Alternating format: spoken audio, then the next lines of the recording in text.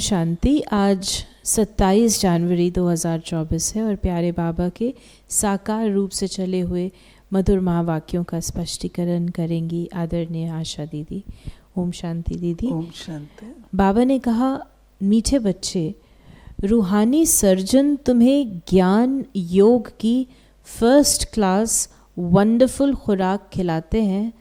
ये रूहानी खुराक एक दो को खिलाते सबकी खातिरी करते रहो। रूहानी खुराक खिलाते एक दो की खातिरी करते। हाँ, देखिए वैसे भी सर्दी के दिन हैं तो खुराक तो सब लोग खा रहे हैं, तो रूहानी खुराक भी साथ साथ खा रहे हैं। एक दूसरे को रूहानी खुराक खिलाओ। रूहानी खुराक क्या है? उमंग उत्साह के, खुशी के, हिम्मत के बोल एक दूसरे के प्रति। प्रश्न है, विश्व का राज्य भाग्य लेने के लिए कौन सी एक मेहनत करो, पक्की पक्की आदत डालो। तो बाबा ने कहा, ज्ञान के तीसरे नेत्र से अकाल तख्त नशीन आत्मा भाई को देखने की मेहनत करो। भाई भाई समझ सभी को ज्ञान दो। पहले खुद को आत्मा समझ, फिर भाइयों को समझाओ।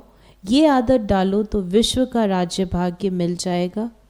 इसी आदत से शरीर का भान निकल जाएगा। माया के तूफान व बुरे संकल्प भी नहीं आएंगे। दूसरों को ज्ञान का तीर भी अच्छा लगेगा। फिर बाबा ने कहा, ज्ञान का तीसरा नेत्र देने वाला रूहानी बाप बैठ रूहानी बच्चों को समझाते हैं। ज्ञान का तीसरा नेत्र सिवाय बाप के और कोई दे न सके। अभी तुम बच्चों को ज्ञान का तीसरा नेत्र मिला है।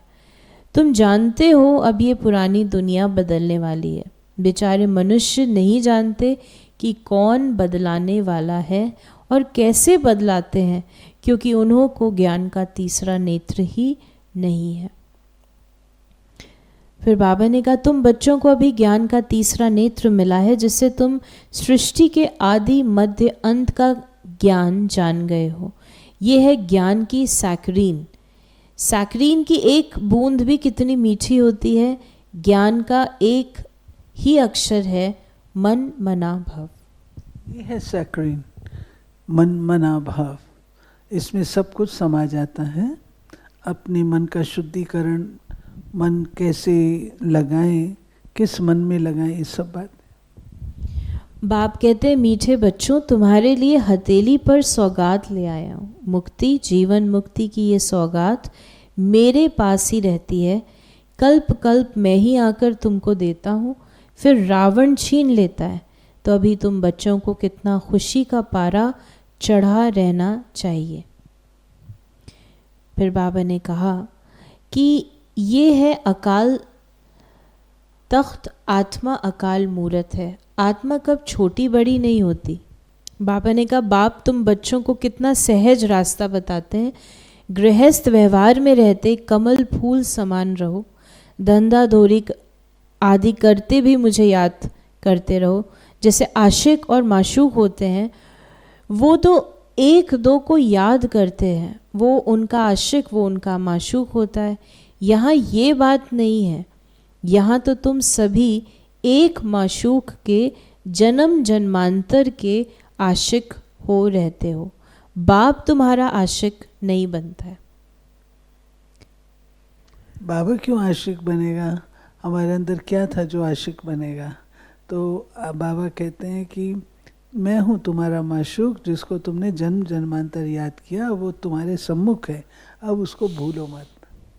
बाबा ने कहा कि इस पढ़ाई में मुख्य बात है ही याद की। ऊंचते ऊंच बाप को बहुत प्यार से, स्नेह से याद करना चाहिए। याद, और दूसरा बाबा ने कहा स्नेह। तो मीठे बच्चों को कितनी खुशियाँ होनी चाहिए। तुम्हारे लिए तो सदैव खुशी ही खुशी है। बेहद का बाप हमको पढ़ा रहे हैं। वाह, ये तो कब न सुना न पढ़ा। भगवानुवाज, मैं तुमको राजयोग सिखाता हूँ। तुम रूहानी बच्चों को राजयोग सिखा रहा हूँ। तो पूरी रीति सीखना चाहिए, धारणा करनी चाहिए। अपने को देखना चाहिए, मैं मध्यम हूँ, मैं उत्तम हूँ, मध्यम हूँ व कनिष्ठ हूँ। फिर बाबा ने पढ़ाई से हम समझ सकते हैं, अपनी धारणाओं से समझ सकते हैं।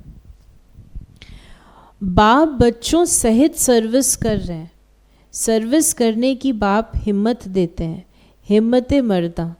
तो प्रैक्टिस करनी है। मैं आत्मा भाई को पढ़ाता हूँ, आत्मा पढ़ती है ना, इसको स्पिरिचुअल नॉलेज कहा जाता है, जो रूहानी बाप से ही मिलती है। बाबा ने कहा कि कोई उल्टी सुल्टी बात बोले तो तुम चुप रहो। तुम चुप रहेंगे तो फिर दूसरा क्या करेगा? ताली दो हाथ से बजती है, एक ने मुख की ताली बजाई, दूसरा चुप रहा, दूसरा चुप कर दे तो वो आप ही चुप हो जाएंगे। ताली से ताली बजने से आवाज हो जाता है, आवाज होता है, डिस्टर्बेंस होती है।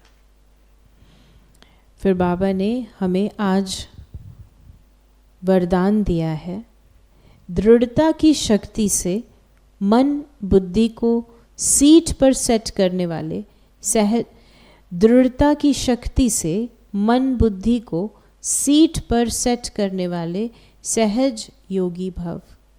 बच्चों को का बाप से प्यार है, इसलिए याद में शक्तिशाली हो बैठने का, चलने का, सेवा करने का अटेंशन बहुत देते हैं। लेकिन मन पर अगर पूरा कंट्रोल नहीं है, मन ऑर्डर में नहीं है, तो थोड़ा टाइम अच्छा बैठते हैं, फिर हिलना डुलना शुरू कर देते हैं, कभी सेट होते हैं, कभी अपसेट। लेकिन एकाग्रता की व दृढ़ता की शक्ति से मन बुद्धि को एक रस स्थिति की सीट पर सेट कर दो तो सहज योगी बन जाएंगे। एकाग्रता और दृढ़ता ये दोनों ही जरूरी है। एकाग्रता आएगी अपना फोकस सेट रखने से, और दृढ़ता आएगी अगर इधर उधर हिले भी नहीं, मुझे वापस वहाँ आना है, एकाग्रता पर आना। तो जैसे आपने कहा फोकस भी रहे, एकाग्रता है, लेकिन अगर एकाग्रता फोकस भी रहे और डिटर्मिनेशन भी रहे। फोकस अगर थोड़ा हिलता है तो पुरुषार्थहीन ना हो, लेकिन वापस उस मार्ग पर फिर से उस लक्ष्य पर आ जाए। स्लोगन है, जो भी शक्तियां हैं उन्हें समय पर यूज़ करो तो बहुत अच्छे अच्छे अनुभव होंगे। तो ये थे प्यारे बाबा के आज के मधुर महावाक्यों का स्पष्टीकरण। ओम शांति।